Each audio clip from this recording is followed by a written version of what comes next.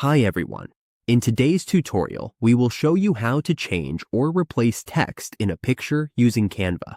Whether we are editing a design or updating existing text in an image, we will walk through simple steps to make everything look clean and professional. Here is our image in the Canva dashboard, and we have 3 text elements. If we want to replace the text in the middle, we need to insert an element that will cover it.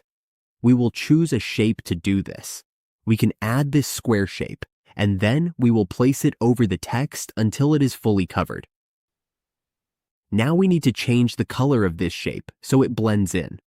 We will match the color to the background so the original text is hidden. Once that is done, we will place the shape over the text. Next, we insert new text on top of the shape. We will change the text color to white so it stands out. As we can see, the original text is now covered.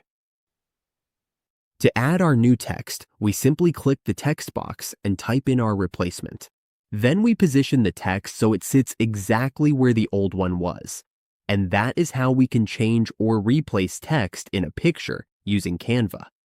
It is quick, simple, and great for customizing our designs.